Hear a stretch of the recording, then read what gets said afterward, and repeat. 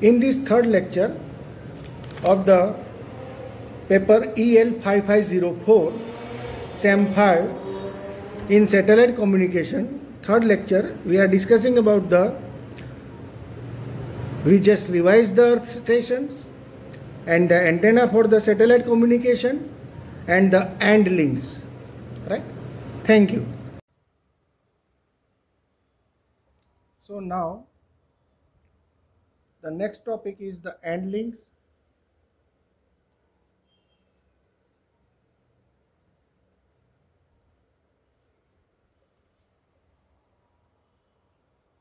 The satellite earth stations use the frequency bands 5.9 to 6.4 gigahertz, 5.9 to 6.4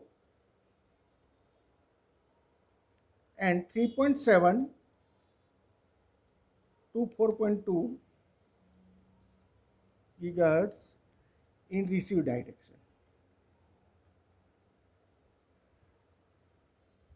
That means this is for the transmitting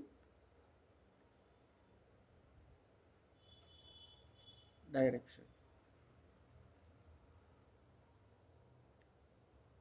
The terrestrial wideband microwave systems are also engineered in these frequency bands. Therefore, a very close coordination from the interference angle is required so that both the system can coexist within the tolerable limits of signal to noise ratio. In big towns where microwave systems are already in existence, the satellite earth stations are to be located at a considerable distance from such places to avoid possible interference. The satellite earth stations are then connected to multiplex centers or switching centers with suitable transmission and links. Satellite earth stations are usually located away from the towns and cities at a distance more than 30 kilometers. So the AND links are engineered in the 11 gigahertz microwave band. 11 gigahertz microwave bands. At the remote stations where there is no worthwhile communication in microwave bands, earth stations can be located in the towns and near to the switching centers. This is the end of the AND links, right? Now we are discussing about the antennas for satellite communications. Antennas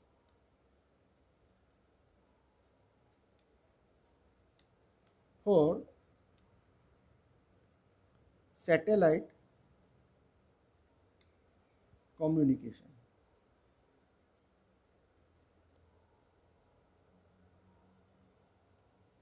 There are various antennas have been developed for satellite communications such as horn reflector,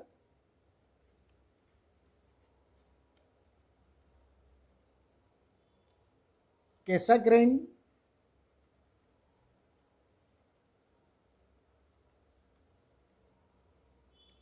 paraboloid,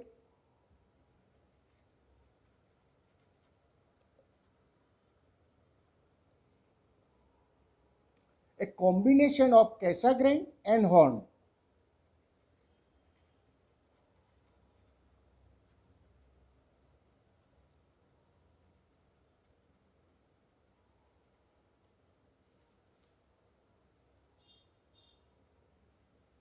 That means these two.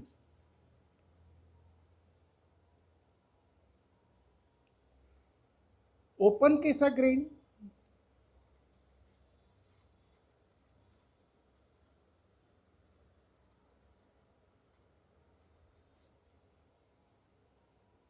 folder horn reflector,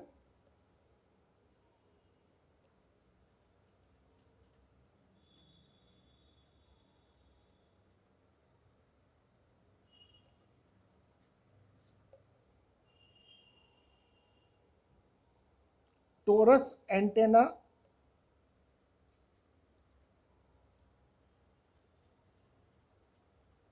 etc. So these are the different types of antenna which are using for the satellite communications. In this type of the antenna, some of the antenna we are discussed here. So first of all, we discuss about the standard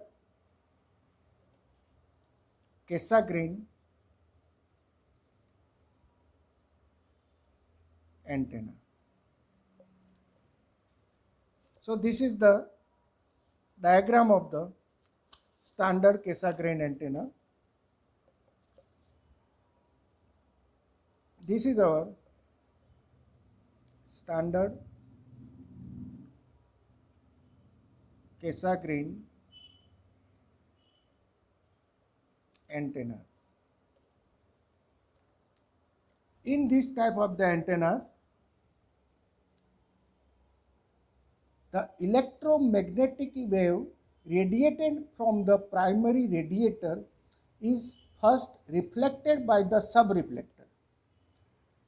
See here the subreflector. This is our super reflector. This is our main reflector. This main reflector, it is in paraboloid shape.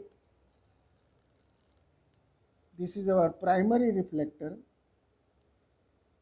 This is our primary reflector. This A and Z axis. The focus of the subreflector, it is given on the primary reflector. Whatever the focus, the main focus of the main and subreflector, it is given to the main reflector. Here it is given towards the subreflector. Main reflector is in paraboloid in shape, while the subreflector is in hyperboloid in shape. Whatever the focus of the subreflector, it is given to the primary radiator, and all the radiation strikes on the focus of the subreflector. In this antenna, the electronic magnetic wave radiated from the primary radiator is first reflected by the subreflector, which is in the shape of the hyperboloid surface, with a hyperboloid surface towards the main reflector, from which the plane wave is radiated. The plane wave is radiated towards the main reflector. In this type of antenna, the low noise amplifier can be isolated. Low noise amplifier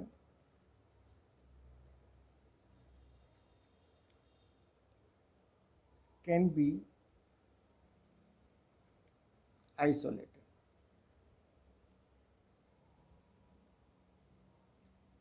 Which is very close to the primary radiator. This antenna is referred to a standard Cassegrain antenna to distinguish with other Cassegrain antenna. This is the completion of the standard Cassegrain antenna. The main function is to reflect, to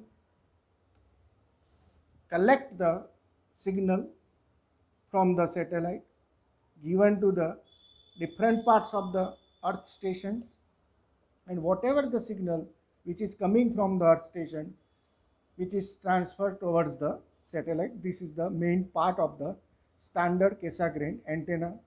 This is the internal structure of the standard Cassegrain antenna. We discussed the other different types of the antenna in the second part. First of all, we just revise all the things whatever we are discussing here. The satellite system,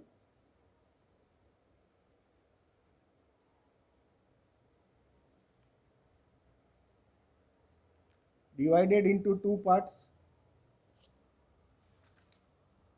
The satellite system divided into two parts: space segment,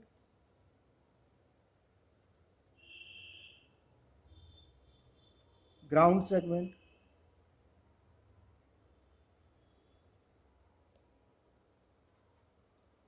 We are not discussing here at present ground segment. In space segment, it is also there is a one different parts. The first part is the spacecraft, launch vehicle,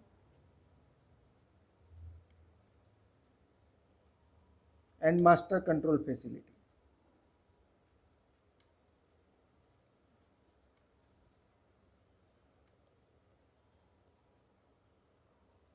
That means the launch vehicle, which is away from the 36,000 kilometer with spacecraft, and master control facility monitors whatever the function which is inside the this system. What is inside the spacecraft? There is a number of what is inside the spacecraft. There is a number of transponder which are using different type of the functions, and the last spot beam antenna.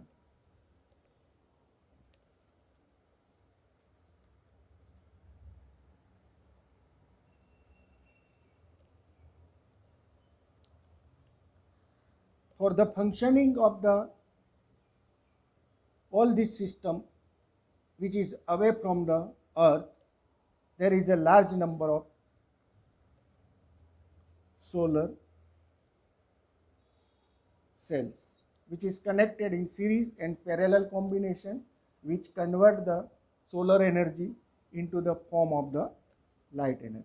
We already discussed this. We are just revise this here. What is ground segment? In ground segment, there is a satellite ERRP, and sensitivity has improved with the use of spot beam satellite antennas, and the number of earth stations have increased substantially. Improved Cassegrain type of the feed antennas with higher gain to physical aperture are now commonly used. For efficient utilization of geostationary orbit, it is important to reduce the off-axis radiation of Earth station antennas, and the trend is to use offset fed antennas. What is inside the Earth stations? We already discussed this. We are just revised here what is inside the Earth stations. So this is our Earth station. We just revised the Earth stations. There is a aerial, that means our antenna, LNA, low noise amplifier, GCA, ground communication equipment, here down converter, IF amplifier, filter, demodulator, and demultiplexer. So whatever the satellite, if satellite is here, transmit the signal to the antenna, received by the LNA, which is full of noise, With the help of LNA, we reduce the noise and given to the different part, down converter, downward the received signal has 4 GHz, down converter, down the range of the frequency, IF amplifier amplifies the signal, demodulator demodulates the signal and given to the demultiplexer. So from here to here, it is your receiving change.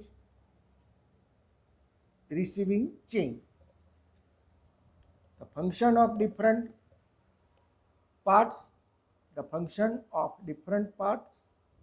we can say that LNA, low noise amplifier, the amplifier passes the received signal to the low noise amplifier, which are normally duplicated for improving the reliability. To bring down the noise contribution by LNA, the first stage of the amplifier in this system, in this LNA, are traditionally cooled by closed cycle cryogenic system having a cooling temperature lower than minus 253 degrees centigrade, as otherwise what happened, the thermal noise generated in the amplifier increases with the ambient temperature. The alternative is to make use of thermoelectrically cooled amplifiers mounted just behind the antenna to reduce the loss as also the noise contribution. The other part, down converter, IF amplifier, demodulator and demultiplexer. What happened in the transmitting chain? Here it is in nearly 70 megahertz, from 4 gigahertz to 70 megahertz and from 70 megahertz to voice frequency. Right? What happened in this receiving mode? The direction is here. The different earth station given the different channel. These are the different channel. These are the different channel. This is in voice frequency. Through this, it is in 70 megahertz. Then given to the modulator, modulation takes place. IF amplifier, amplification takes place. Filter, filtration takes place. Up converter, increase the amount of the frequency from the 70 megahertz to nearly up to the 6 gigahertz. And then it is given to the HPA. Then it is given to the HPA. Whatever the signal coming from the different earth stations on the earth, the function is to increase the frequency level here from the 70 megahertz to 6 gigahertz. But here we must improve the power. To improve the power, we are using the HPA. The function of the HPA, improving the power, high power amplifier. HPA means high power amplifier. Why we are increasing the power? Because this signal transmit towards the satellite. The distance is very high. So we must increase the power level. So what is HPA? HPA, two types of HPAs are used, klystron type and TWT type. Here the final output level will be depend upon the maximum channel capacity and the station design criteria. We are using two types of the HPA, TWT. TWT means traveling wave type. And the second one is klystron type.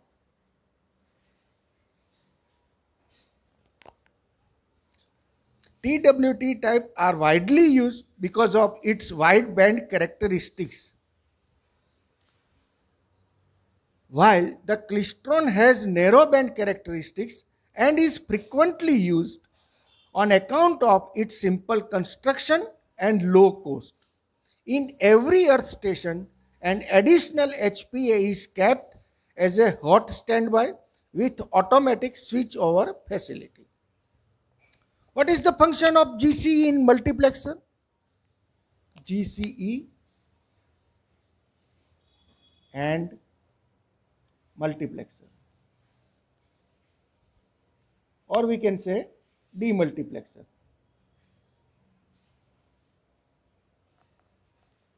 The ground communication equipment consisting of up and down converter, up and down converter. That means up converter is in which way?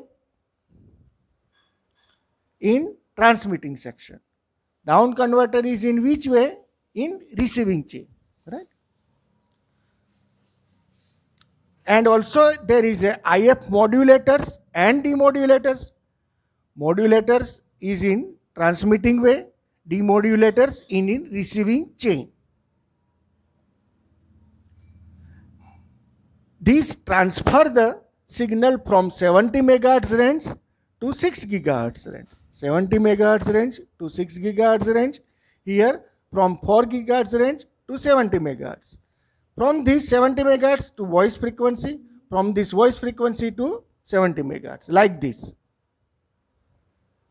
The multiplex equipment in a series of stages, that means multiplex and demultiplex both. The multiplexer equipment in a series of stages modulates the signal up and down in the frequency range from the voice frequency to 70 megahertz or 70 megahertz to voice frequency. In this way, we are just repeating the earth station because it is very important topic in this chapter or in this section. Thank you.